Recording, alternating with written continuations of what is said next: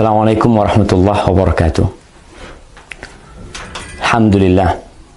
Wassalatu wassalamu ala rasulillah. Amma ba'd. Akhi ukhti rahimakallah. Mendengarkan sebuah cerita yang aneh, menyeramkan, terkadang disenangi oleh sebagian orang. Tapi bagaimana kalau ternyata cerita yang disampaikan adalah bohong dan dusta? Maka kita tidak akan suka dengan pelakunya. Lalu bagaimana pula kalau ternyata cerita tersebut disandarkan kepada Nabi alaihi salatu wassalam, padahal Nabi tidak pernah mengucapkannya? Kalau di negeri kita sekarang pemerintah sedang memerangi hoax, dusta, maka para ulama umat Islam sejak dahulu kala memerangi dusta atas nama Nabi alaihi salatu wassalam. Tadi pagi ana mendapatkan kiriman sebuah video pendek yang menceritakan tentang bakal terjadi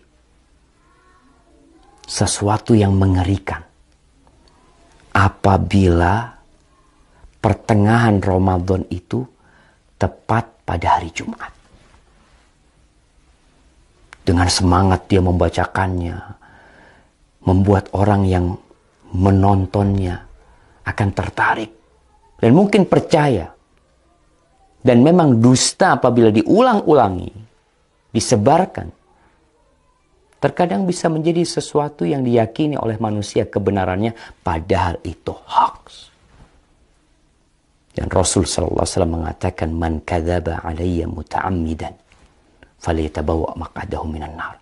Barang siapa yang sengaja berdusta atas nama aku, hendaklah dia bawa kursinya, tempat duduknya ke neraka. Maka jangan mudah-mudah menyebarkan hadis palsu, hadis dhaif, kecuali memberikan penjelasan. Kalau hadis itu palsu atau hadis itu dhaif. Ana akan bacakan hadisnya.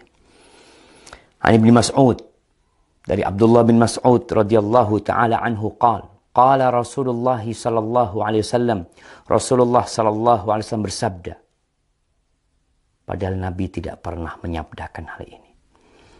Idza kana sayhatun fi Ramadan fa innahu yakunu ma'ma'atun fi Syawal wa tamyizul qaba'il fi Dzil Qa'dah wa tasfikud dima' fi Dzil Hijjah والمحرم وما المحرم يقولها 3 مرات هيهات هيهات يقتل الناس فيه هرجا هرجا قلنا وما الصيحة يا رسول الله قال هذه في النصف من رمضان ليلة الجمعة فتكون هذه توقظ النائم وتقعد القائم وتخرج العواتق من خدورهن في ليلة جمعة في سنة كثيرة الزلزال والبرد فإذا وافق شهر رمضان في تلك السنة ليلة الجمعة فإذا صليتم الفجر من يوم الجمعة في النصف من رمضان فادخلوا بيوتكم وأغلقوا أبوابكم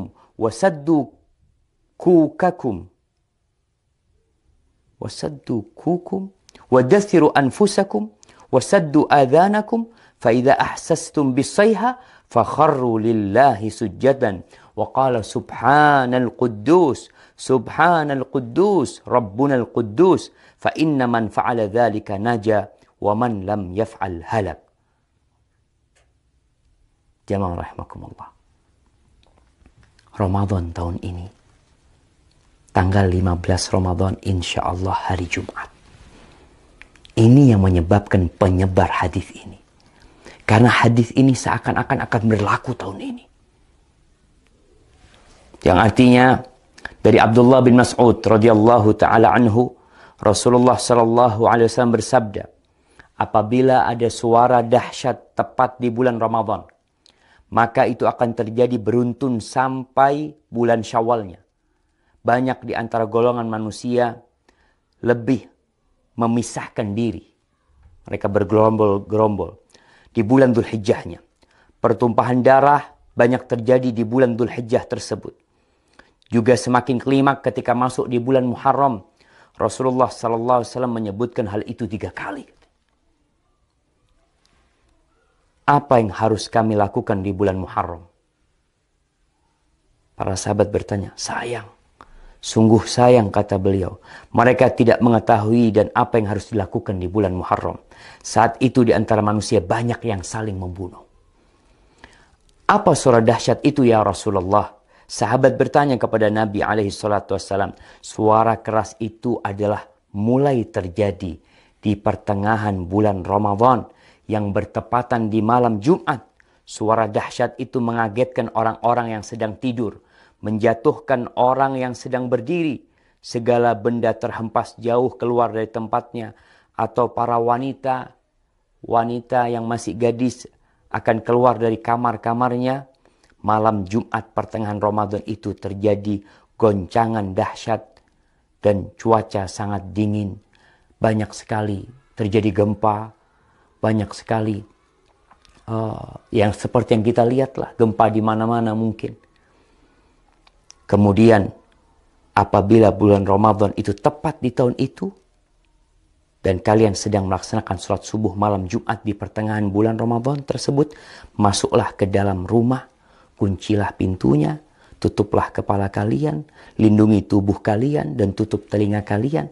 Apabila kalian merasakan suara dahsyat, bersyukurlah, sujud.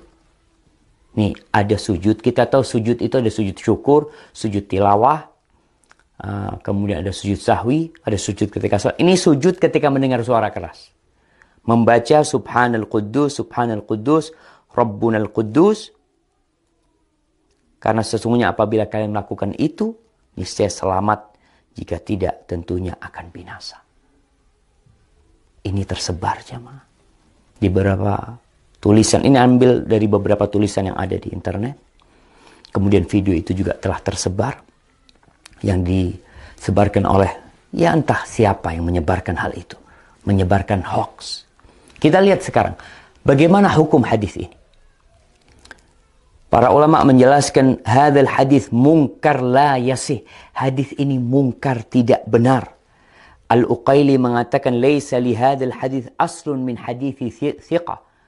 Hadis ini enggak punya dasar dari perawi yang thiqah, wala min wajhin yathbut, dan enggak ada yang benar dalam hadis ini. Itu disebutkan dalam Ad-Du'afa Al-Kabir. Dan Ibnul Jauzi mengatakan hadis ini hadza haditsun maudhu. Hadis ini palsu atas nama Nabi SAW.